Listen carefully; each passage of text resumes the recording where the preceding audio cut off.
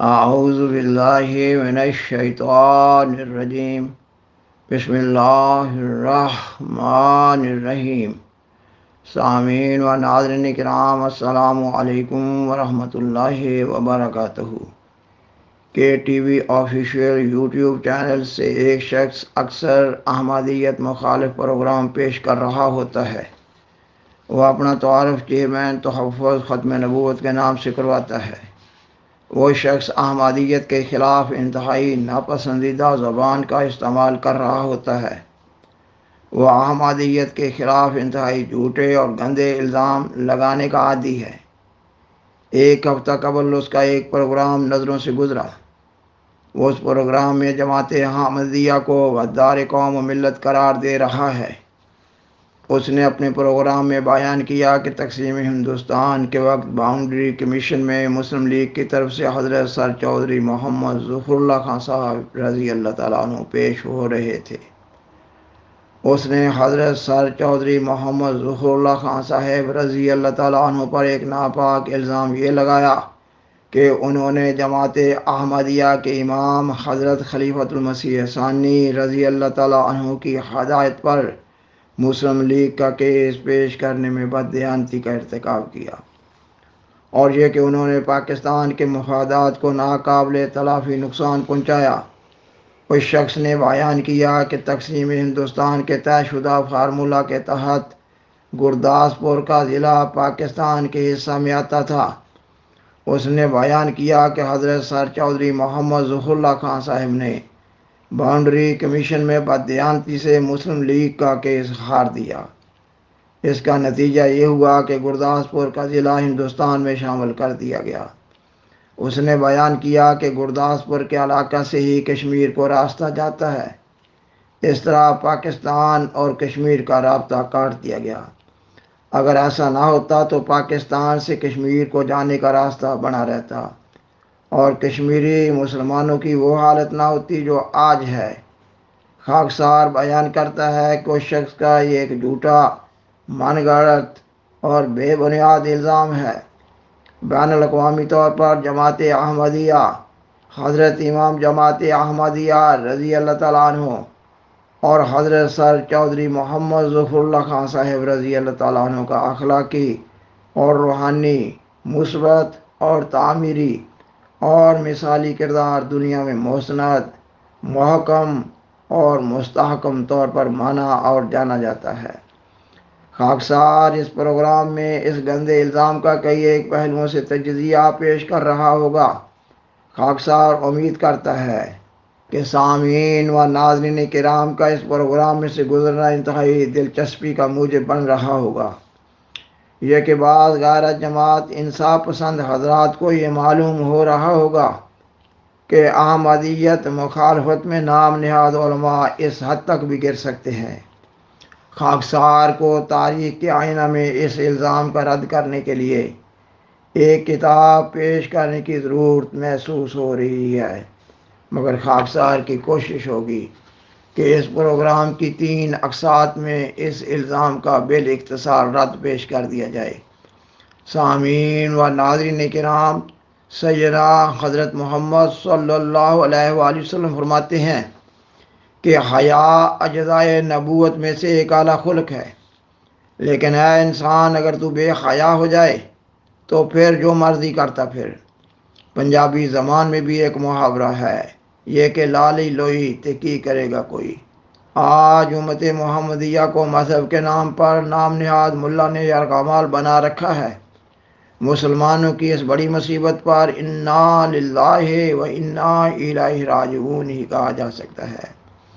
ہمارے پیارے آقا و مولا سیدنا حضرت محمد رسول اللہ خاتم الانبیاء صلی اللہ علیہ وسلم نے اس زمانہ کے لیے پیش گوئی فرمائی تھی کہ میری امت پر ایک زمانہ آیا چاہتا ہے جب اسلام کا صرف نام رہ جائے گا اور قرآن مجید کے صرف حروف باقی رہ جائیں گے۔ مساجد حدیث سے خالی ہوں گی اور اس وقت کے علماء زمین کے نیچے بدترین مخلوق ہوں گے۔ انہی میں سے فتنے نکلیں گے اور انہی میں لوٹ آئیں گے۔ خاکسار بیان کرتا ہے کہ سیدنا حضرت محمد صلی اللہ علیہ وآلہ وسلم نے اس آخری زمانہ کے نام نہاد علماء کے لیے جو فرمایا تھا وہ حرف پورا ہو رہا ہے۔ مسلمانوں کی بدقسمتی یہ ہے کہ یہ نام نہاد علماء نسل بعد نسل ایک جھوٹی زمین تیار کرتے چلے آ رہے ہیں، ایسی جھوٹی زمین جس میں ان نام نہاد علماء کا جھوٹا سکہ چلتا چلا جا رہا ہے۔ اللہ تعالیٰ قرآن مجید میں فرماتا ہے کہ عوام الناس کی عقل دین کو سمجھنے کے لیے حیوانوں کی سی بلکہ حیوانوں سے بھی بدتر ہوتی ہے، اور یہ بھی کہا جاتا ہے کہ عوام الناس اپنے میں سے بڑے لوگوں کے دین پر ہوتے ہیں۔ اس لیے نام نہاد علماء کا جھوٹا سکہ چلتا چلا جا رہا ہے، کیونکہ عوام الناس مذہبی معاملات میں سچ اور جھوٹ کی شناخت نہیں کر سکتے۔ خاکسار اپنے بیان کی صداقت کے لیے کہ ٹی وی یوٹیوب چینل کے زیر نظر پروگرام کو بطور گواہی پیش کرتا ہے یہ کہ قیام پاکستان کے لیے حضرت امام جماعت احمدیہ حضرت سر چودھری محمد ظفر اللہ خان اور جماعت احمدیہ کے افراد نے انتہائی سخت محنت اور جد و جہد کی۔ قوم و ملت کے مفادات کے تحفظ و حصول کے لیے حضرت امام جماعت احمدیہ اور جماعت احمدیہ کی جد و جہد کی کہانی ہندوستان کی آزادی کی تحریک کے آغاز سے اور پھر تحریک قیام پاکستان کے آغاز سے پاکستان بننے تک کی ایک طویل کہانی ہے۔ ہر زمانہ کے ہر مکتبہ فکر کے مسلم و غیر مسلم انصاف پسند حضرات حضرت امام جماعت احمدیہ اور افراد جماعت احمدیہ کی ایسی کوششوں اور محنتوں کا برملا اظہار کرتے چلے آ رہے ہیں۔ اخبارات و رسائل اور تاریخ کی کتب بڑی بڑی ہیں، اور کے ٹی وی پر جماعت احمدیہ کے خلاف زیر نظر پروگرام پیش کرنے والا مولوی کتنا بڑا جھوٹ بول رہا ہے، اور اپنے پروگرام میں جماعت احمدیہ کو غدار قوم و ملت قرار دیتے ہوئے احمدیوں کی زندگیوں کو غیر محفوظ بنا رہا ہے۔ سامعین و ناظرین کرام، اس الزام کا رد تو آسان ہے، یہ کہ قائد اعظم محمد علی جناح نے پاکستان کا کیس پیش کرنے کے لیے بر صغیر کے مسلمانوں میں سے سب سے زیادہ بہتر، قابل اور محنتی، دیانتدار اور معتمد حضرت سر چودھری محمد ظہور اللہ خان صاحب کو جانا۔ کیا قائد اعظم محمد علی جناح خود پاکستان کا یہ مقدمہ نہ لڑ سکتے تھے؟ بلکہ حقیقت تو یہ ہے کہ قائد اعظم محمد علی جناح نے کانگریسی ملاؤں کے رویوں سے دل برداشتہ ہو کر گول میز کانفرنس کے بعد لندن میں ہی بدوباش اختیار کر لی تھی، اور وہ بخوبی جانتے تھے کہ حضرت سر چودھری محمد ظفر اللہ خان صاحب امام جماعت احمدیہ کی ہدایت پر ان کی ہندوستان کی غیر حاضری پر کس طرح مسلمانوں کے مفادات کا خیال رکھے ہوئے تھے، اور کس طرح مسلم لیگ کے ممتاز لیڈروں کا سہارا بنتے چلے آ رہے تھے۔ لہذا ان حقائق کی روشنی میں قائد اعظم محمد علی جناح اپنے سے زیادہ حضرت سر چودھری محمد ظفر اللہ خان صاحب کو ترجیح دے رہے تھے۔ خاکسار نے بیان کیا کہ یہ مولوی بلا دلیل الزام لگا رہا ہے اور جماعت احمدیہ کے خلاف پیش کیے جانے والے اپنے ہر پروگرام میں جھوٹ در جھوٹ سے کام لے رہا ہوتا ہے۔ نہ اس کو اللہ تعالیٰ کا کوئی خوف ہے، اور نہ یہ مخلوق خدا سے شرماتا ہے، اور نہ ہی حکومت کی طرف سے کوئی چیک اینڈ بیلنس کا کوئی سسٹم ہے۔ بد عقائد اور بد اعمال مولوی انتہائی ڈرپوک اور بزدل ہوتے ہیں۔ اصلاح معاشرہ کے لیے ان کو نہ کسی کام کے کرنے کی استعداد ہے اور نہ یہ کوئی کام کر سکتے ہیں۔ یہ مولوی جماعت احمدیہ کے علاوہ کسی ایک دوسرے شخص کے خلاف کبھی کوئی جھوٹا پروگرام یوٹیوب پر نشر نہیں کر سکتا۔ یہ دل سے سمجھتا ہے کہ جماعت احمدیہ ایک پرامن جماعت ہے، اس لیے بے خوف ہو کر انتہائی بے شرمی اور ڈاٹائی سے جماعت احمدیہ کے خلاف پروگرام پیش کرتا چلا جا رہا ہے۔ اور اپنے یوٹیوب چینل کو رونق دینے کے لیے مسالہ دار جھوٹ بولتا چلا جا رہا ہے۔ خاکسار بیان کرتا ہے کہ جماعت احمدیہ سچے امام مہدی و مسیح موعود کی جماعت ہے۔ یہ مولوی لوگ جماعت احمدیہ کے روحانی مقام کا تصور بھی نہیں کر سکتے۔ یہ مولوی آئے دن اپنے پروگرامز میں جماعت احمدیہ کو غدار قوم و ملت قرار دے رہا ہوتا ہے۔ جماعت احمدیہ کی ہسٹری یہ بتاتی ہے کہ جب سے جماعت احمدیہ کا قیام اللہ تعالیٰ کے حکم سے عمل میں آیا ہے، کوئی ایک احمدی بھی دنیا کے کسی ایک ملک میں بھی کسی ملک یا کسی حکومت کے خلاف ظاہری رنگ میں یا خفیہ رنگ میں کسی ناپسندیدہ سرگرمیوں میں کبھی شریک نہ رہا ہے۔